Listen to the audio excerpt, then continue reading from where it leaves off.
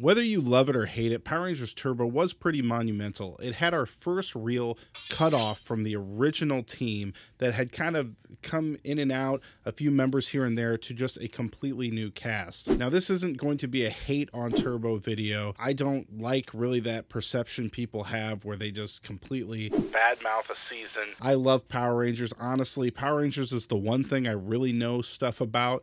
When people start jumping into anime or into comics, I'm completely lost. This is the one thing that I really need to love, and so I try to give everything the benefit of the doubt for that reason. But as I've joined in conversations about this online, there's a lot of mixed opinions on Turbo, whether people like the new cast or people like the old cast, and so that's something that I want to get into and give a fair assessment of this season. To do that, I feel like you definitely need to break it down into two separate seasons. They are so completely different in so many ways. The old cast and the new cast need to be considered season 1 of Turbo and season 2 of Turbo.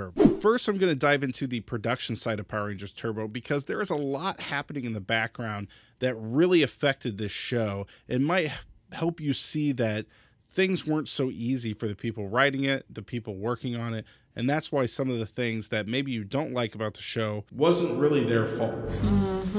Most Ranger fans know that the ratings were pretty darn low at this time. Power Rangers Zeo had brought down the ratings quite a bit. That's why they brought in Austin St. John to be the Gold Ranger. They thought maybe that would bring the ratings back up. It did a little bit. And I guess it did enough to be able to do a Turbo movie. The Turbo movie has a very special place in my heart. I went and saw it with my mom when I was young. I had a really bad day and my mom took me to go see it in theaters. So for me, I understand that it has a very nostalgic connection to me. But when I look at the movie itself, as far as the budget, everything that's going on with it, the budget for this movie was about half the budget of the Mighty Morphin movie in 1995. So they were not giving this as much money and as much work as they did the other one. This one, I think, about broke even, it seems. The records say that the budget was about $8 million. It earned $9.6 million. Now, I'm sure with promotion, all the things they got to do with that, they probably either just broke even or lost a little money on it. I don't know for sure. But when comparing to the original movie, which had a $15 million budget and it made $66.4 million, definitely is not anywhere near in the same ballpark. The production team also was dealing with the fact that Jason David Frank had expressed that he wanted to leave the show. And Chaim or the producers, whoever, somebody got him to stay for at least a set number of episodes. But the reluctancy for him to stay was definitely shown through in the storylines. But we'll get into that later. This is really what inspired the cast change and what would become a norm in the Power Ranger universe. The Sentai footage from Power Rangers Turbo is actually from a season of Sentai called Car Ranger that was considered a parody of the genre of Sentai. So a lot of the fight scenes, a lot of the things that were happening in the show were a lot more silly than what the writers of Power Rangers were trying to do with Zeo. And then they got handed this, and it was honestly kind of it was frustrating for them. They expressed that this was challenging because they were trying to take it in a more serious direction, but yet they only had so much they could work with. Through all this, the network was really starting to push to have a self-sustaining season of Power Rangers, meaning like we have in Lost Galaxy where there's a new cast every year. So this is another part of why they were changing so much about the show, because they were trying to prove that they could have a new season of Power Rangers every year and it wouldn't bother anybody. This was really shown through everything going on in the background of the show. We're still set in Angel Grove. That hasn't changed, yet so many things, so many details about the town, the people we're around is so different. First real example of that is the juice bar. Ernie has left and now it's being run by Lieutenant Stone. This is really out of place. They never really indicated that Lieutenant Stone would ever want to do this, and it's really kind of a departure from what he was doing before. It's all just very odd. I mean, the whole entire venue is not really decorated all that much. The karate classes and the gymnastics and all the things that were going on there kind of vacant. There's not a lot happening. They also have other hangout places like the garage that Tommy's at and the radio station that Tanya's working at. Both of these places are really really aesthetically unpleasing for a kid's show. The garage is white with just a bunch of hubcaps on the wall, not a lot, but just a few, and it just looks kind of empty. The radio station is grimy and grungy, which is actually very accurate for the time period. Hey! But for a kid's show, it just doesn't really make a lot of sense. It doesn't look good. You know, compared to the bright colors of the original series, it's just kind of blah looking. Bulk and Skull are still technically a part of the show, but they've been turned into monkeys. Technically there, but they're not really the same people, so everything is just a lot different. They did this because they were recording a sitcom pilot spinoff that never ended up going anywhere. But this pushed Lieutenant Stone as being the main comedy relief. He doesn't necessarily have like a great dynamic with the Power Rangers, so it was just very odd. Zordon and Alpha 5 abruptly leave. Don't really bring this about in a good way. They just do it really quickly, and then they bring in Demetria, which of course she speaks in riddles. Is an interesting idea, but it's kind of unnecessary and a little more confusing to kids. At this point in time, they really needed to make it straightforward so kids understand what's going on. Now, I'm not a hater of Justin. I actually really think he's a good Ranger, but it definitely changed the dynamic of the Rangers because they used to just be a bunch of buddies hanging out, and now they're really thrown into this more parenting role with Justin. What's wrong? I wish my dad could be here. Oh, sweetie, well, maybe next year. I'm sure he's thinking about you, though. Hey, wasn't there one more present we forgot to give Justin? Oh, yeah, but it was a little too big to ride. Dad? Now, I've mentioned this in other videos, but the whole reason they actually brought in Justin was because Beetleborgs was higher in ratings, and they had all kids as the cast, and they thought maybe this would work for Power Rangers. Now, it didn't quite work because he's with a bunch of adults. They're all graduating high school. It's kind of strange because they're moving on with their lives, but yet he's still in high school. It just didn't work in the same way it did with Beetleborgs, but I understand why they tried it. It really changed the storylines a lot. Kind of strange episodes, Pinewood Derby race, and then they have his birthday. And the way he goes about things is very realistic for a kid. He's kind of immature. He does things kind of irrationally. There is a scene where Adam and Justin are at the beach, and they are literally looking at a mom and daughter and kind of perving out. Thanks for helping me out, Adam. No problem. I guess if I have to do science homework, it's not such a bad idea.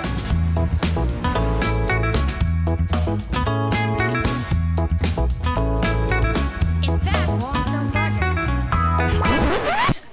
But the storylines really do feel pretty remedial because we've gone all this time, we've grown as Power Rangers, right? These characters have had many years, and then Justin comes in and he's sort of making all the mistakes that we should be over by now as Power Rangers. For instance, in episode 12, he's being bullied and he makes a lot of mistakes. He thinks about using his powers to fight back. That's a basic Zordon rule. And then he teleports basically right in front of them, almost giving away the fact that he's a Power Ranger, which is definitely not okay. Besides all that, he is the newest member of the team, so it does make sense why he's kind of the most interesting and someone that they focus a lot on. The team's graduated from high school, but these outstanding students that have always been outstanding citizens, great people, doing well on their tests, not a single one of them is even going to community college at this point. Tanya's working at a radio station, which involves her helping out with a musical review. Adam is doing live action fight scenes at an amusement park. He's also coaching the high school soccer team. And Kat becomes a teacher's aide at the high school while also doing some ballet and being fat shamed for it.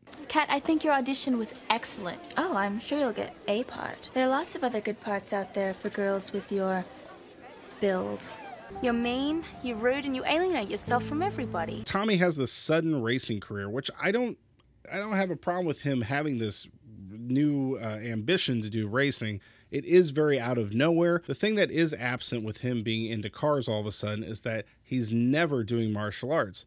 I mean, the only time he's even really working out, he's doing boxing, and he's not really using any of his martial arts skills. He's not focusing. He's just beating the living crap out of a punching bag. Tommy doesn't even appear in person till the 3rd episode of the series. Now, they're all still technically Rangers, but there's a lot of weird things with Tommy being absent. You know, him and Kat had this storyline together of becoming a couple, and they're never really together, and they're actually probably more distant than they were in Zeo. This sets up a lot of storylines with Adam, Kat, and Tanya. In episode 9, the whole first half doesn't even have Tommy in it. There's even a moment where Kat calls for Adam and Tommy to help her, and Adam's the only one who responds. Tommy doesn't even respond. They don't even seem to question it or ask, "Where was Tommy? Why didn't you respond to us?" Now, when he does finally respond later on in the episode, they only show the back of his head, which again just kind of seems like Jason David Frank wasn't even there. And when Tommy appears, he's usually morphed a lot of the time, just ready to go, and it kind of causes an awkward moment like this. When Jason, Trini, and Zach left, they had sort of the same feel. You know, of course, they had different stand-in actors, so they had to have them sort of off in the distance. And that's a lot of what Tommy's storylines really seem to look like in this part of Turbo. I just wish Tommy could be here. I know, Kat, but working on his Uncle Sock Car crew was something he just couldn't pass up. What about Tommy? Tommy, you made it. Are you kidding me? I couldn't miss this. I had already informed Tommy of our situation. And there is a problem with the wormhole. Yeah, I would go, but I gotta go to... Gotta go to the racetrack. We know. You know what? I could just skip my practice heat tomorrow. No, that's okay, man. We'll call you if we need you. All right. Come on, Tommy, we're all set to go. Hey, we'll meet you back in the Houston in a few hours. All right, that sounds good. It isn't really till episode 12 where Tommy's at the juice bar and he's boxing, and Tanya and Adam come up to him. They have some little scenes with him, but they're kind of the B storyline of the episode, so he's not even really the main character in any of these episodes. Now, of course, we have Alpha 6, which is the whole Jersey Shore robot who says yo, yo, yo instead of ay, ay, ay. Even though it was, of course, voiced over later on, the cast still looks at Alpha 6 sort of uncomfortably, like they don't really understand Alpha 6. And honestly, Alpha 6 is kind of a jerk. I'm sure you'll think of something.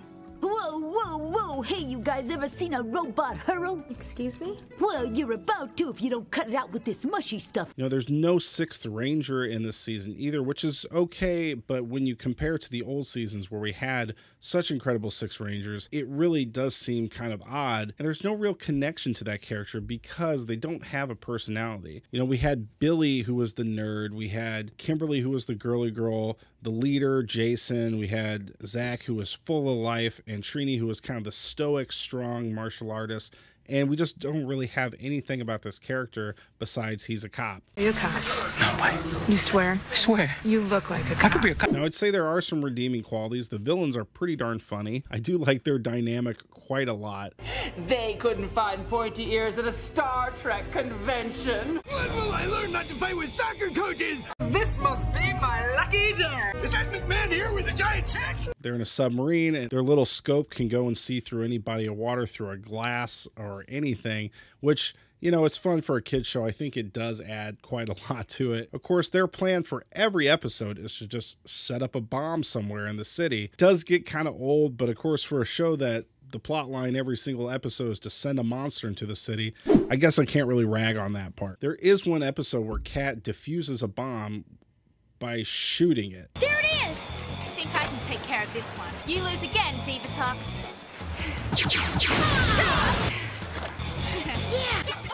On episode 18, Divatox's mother appears and she tells her to take out the leader. And this is the first time that Divatox really has any sort of plan to defeat the Power Rangers besides just setting up a bomb in town.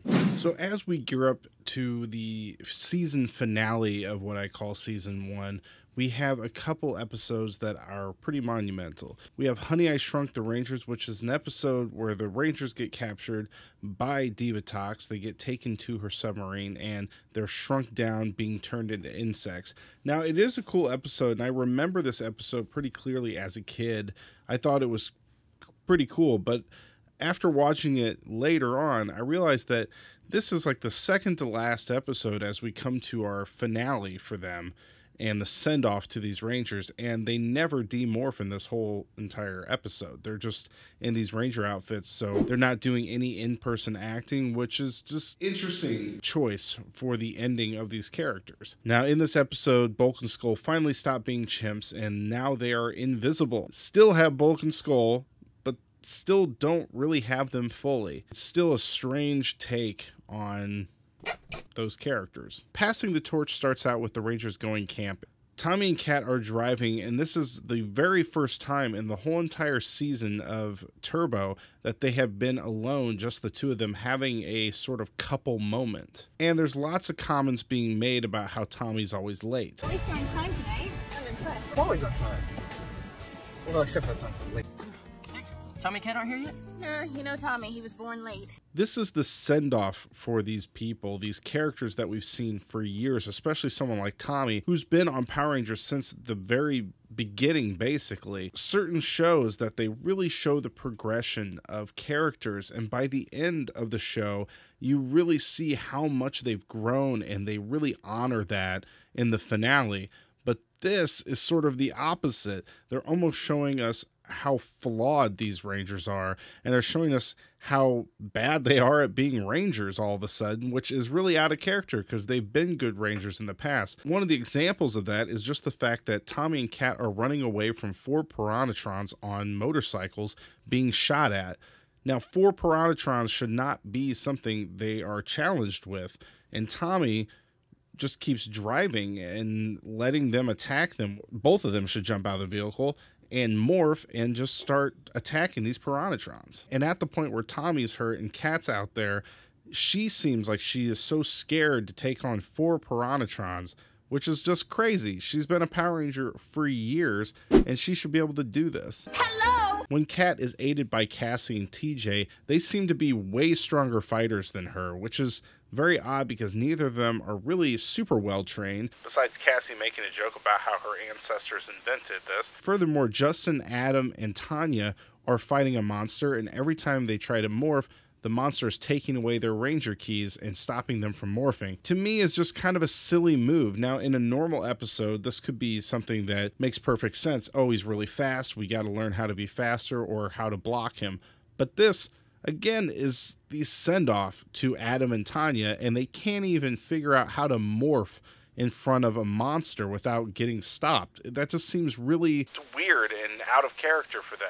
And then Tommy is dragged off. He's being hung in a cave, just like in the movie, and TJ and Cassie come and save him. Cassie and TJ just crush these Piranhatrons, and they have no problem fighting them without any sort of Ranger powers themselves. So once they're all freed, they're able to morph and everything, we have a Zord battle. Then we have this weird section where the Rangers are stalking the new Rangers they're going to pass their powers down to.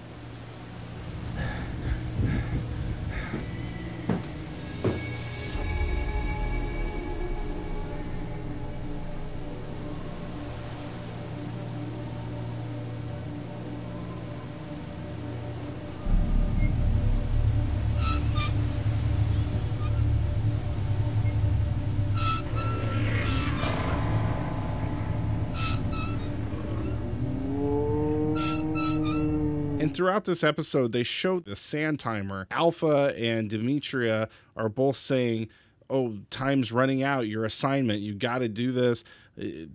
We have to have this before it's too late. Why is there a timer? There's nothing that really says why they need to be so fast or why they need to do this right at this very instant. It's horrible timing with the fact that Tommy has been captured. Why are they going camping if they're supposed to be finding replacements for themselves? It's just a very out of place sort of plot line that they just kind of threw in. The whole thing is kind of messed up because they didn't even really tell these actors that they were being replaced until like really late, which maybe is why the storyline seems so abrupt, because they didn't want them to know. So then they all go into a ceremony, which they don't explain to Justin what's going on. He has no idea. Zordon and Alpha 5 join them. The Rangers pass on their powers to a whole new set of Rangers, besides Justin. And then Demetria says, "We honor your service, but it's time to set you free and see what the world has to offer." Which is not a question. She's from a planet where they literally can only speak in questions. But then she's done, I guess she's done with saying questions. In the second half, they do kind of just abandon that. But that's season 2. We'll talk about that in the next video. Of course, Justin remains on the team. They all smile. They say, "Power Rangers, the legacy continues." And that's the end.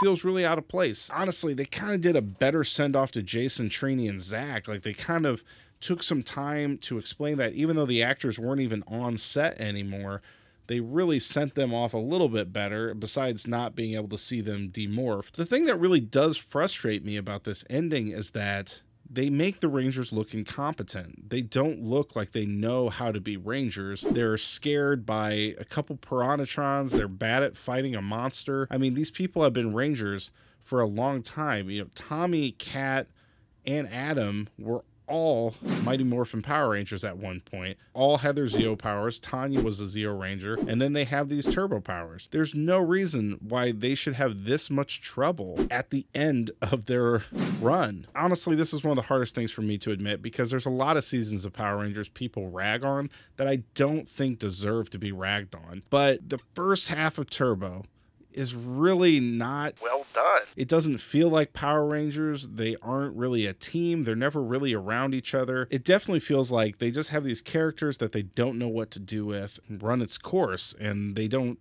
do a big send-off. They just kind of rush it along. I really don't think Turbo was necessarily a bad season. I think this first half honestly wasn't good. Definitely needed a lot of things changed about it. They could have just made the movie into the whole them passing down their powers thing. It would have been a better transition, in my opinion, to do that, and we could have just hit the ground running episode 1 with a whole new cast, with a whole new energy like we get halfway through the season. My opinion of this season also has changed a lot since I've watched it later on in life, instead of just the nostalgia of what I kind of remember about Turbo, because I always remembered liking Turbo. It's definitely because of the newer cast. If you haven't subscribed yet and you enjoy this content, and you have continued to enjoy this content, or if this is your first time and you just really think you will like it, please subscribe. I would love it if you joined. So tune in to part 2 of Power Rangers Turbo Season 2 with the new cast, and I will have that up pretty soon. Thank you guys so much. Have a good one. Bye.